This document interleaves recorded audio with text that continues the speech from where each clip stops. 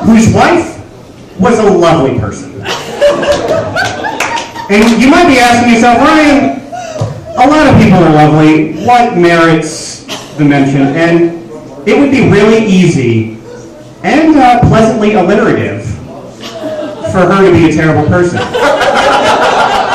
But she was warm and gracious, and we don't have to be negative all the time. You know?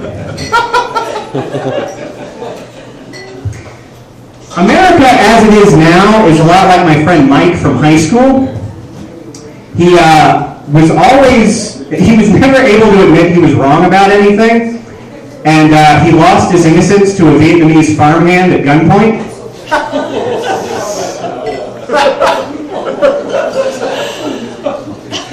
I always get some blank looks when I tell that joke. That's a thing that happened before you were born. Like most things to have happened ever. I tell you to go read a book, but you don't have those anymore. And telling someone to go charge their nook sounds like a euphemism for fisting. So I'm not going to do that.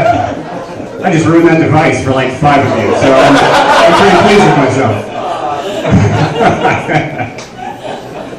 I'm not even that old. I don't know why I'm being snotty about it. I'm just poor and adverse to change, and that's pretty much the same thing.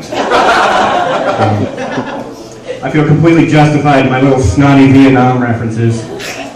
But, you know, regardless of age, and regardless of your stance on that terrible war, I think we can all agree that no one should ever have sex with Mike from high school. That's why we flash the international symbol for castration. Solidarity. All right, we're going to keep this evening of classiness rolling along. What could be classier than limericks? Well, impressions. So, this first one is Kermit the Frog running in a silent film.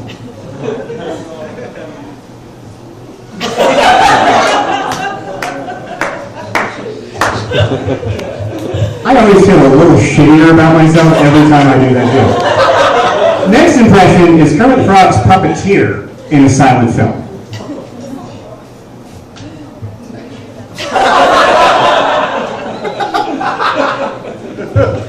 This guy didn't get quite enough, so.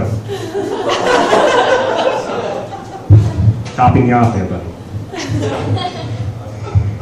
And this impression is Kermit the Frog's puppeteer on the phone with his disapproving parents defending his life choices. No, Dad, you're not listening to me. I don't care if the Thompson's kid is a dentist. I am trying to live my life the way I want.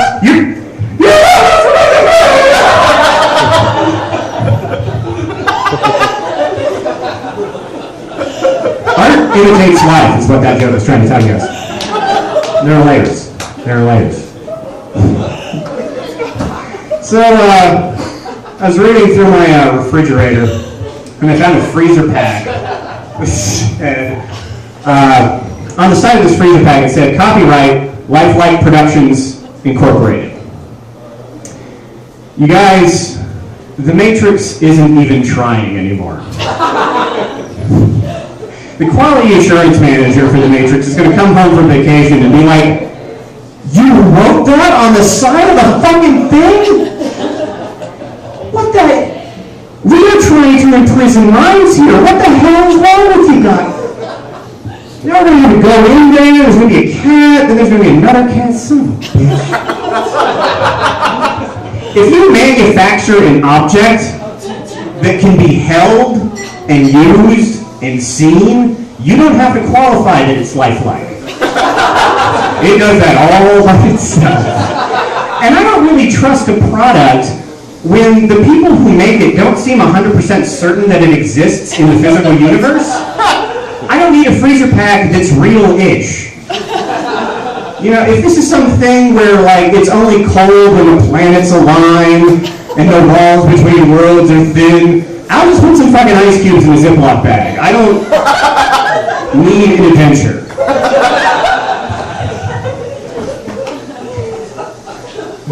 certain aspects of your product that should remain unstated. Like, you would not buy fit for human consumption snack crackers. Or won't burst into flames brand diapers. Even if both claims are true. In fact, even if the leading competitor, even if like Huggies and Cheetos were killing people left and right, you would still buy those instead. You'd be sitting at home on dialysis with tainted cheese dust all over your fingers, watching another news broadcast of another smoldering nursery, thinking, I still don't know about that. I'll leave you guys with this. Have you ever started your day with a bowl of cereal, and about 4 or 5 bites in, realize you used half and half instead of milk? To put that another way, have you ever lived, ladies and gentlemen?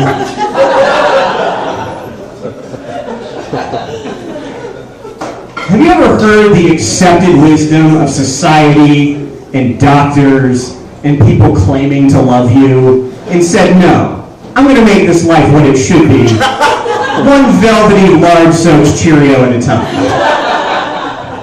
Because if I can't start my day with 8 fluid ounces of cholesterol, why even get up? When you've already lost every battle worth having. And yes, I break into cold sweats every time my heart beats. And okay, I get winded when I pee. And sure, my internal organs are indistinguishable from a basket of jalapeno poppers. But I have seen the mountaintop, my friends. I have walked on the windy bluffs of decadence. And I'm here to tell you, why have breakfast like a champion when you can stroke out like a god? You guys have a wonderful night. Thank you.